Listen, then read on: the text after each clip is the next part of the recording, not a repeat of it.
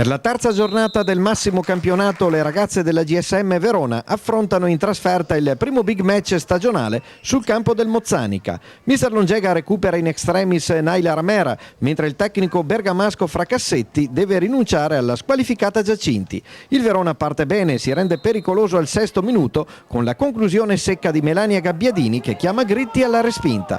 Poco dopo intervento sospetto in area sul capitano gialloblu, ma il gioco prosegue. Al 22° Claudia Squizzato dalla lunghissima distanza coglie una clamorosa traversa. Mozzanica in avanti al 25°, ma Piccinno viene incredibilmente ipnotizzata dal portierone gialloblu Ockstrom.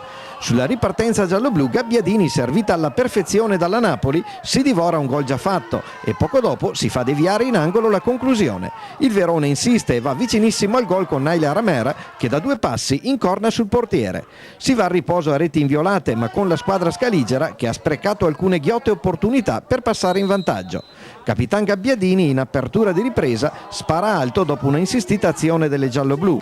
Al 12° le veronesi guadagnano un calcio d'angolo, si incarica della battuta Alissa Lagonia che serve un pallone al bacio per la perfetta incornata di Maria Carson, meritato il vantaggio di un Verona particolarmente sprecone.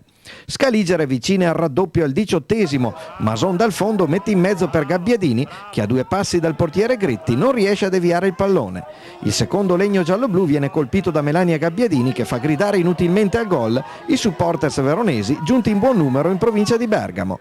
Urlo solamente rinviato al 31° quando sul cross disegnato da Lagonia, tra le migliori in campo oggi, Melania Gabbiadini incorna alla perfezione spedendo la sfera ad insaccarsi sotto la traversa. Il capitano ci prova anche da fuori area, ma il pallone questa volta è alto. L'ex di turno Viviana Schiavi, a tempo scaduto, spedisce alle stelle da buona posizione. È il primo vero pericolo subito dalle veronesi. La GSM Verona porta a casa una vittoria limpida e meritata su un campo sempre ostico. Una squadra gialloblu convincente che ora si prepara per il derbissimo casalingo con la corazzata Brescia, reduce da una pesante sconfitta. Appuntamento a sabato prossimo sul sintetico di Via Sogare a Verona.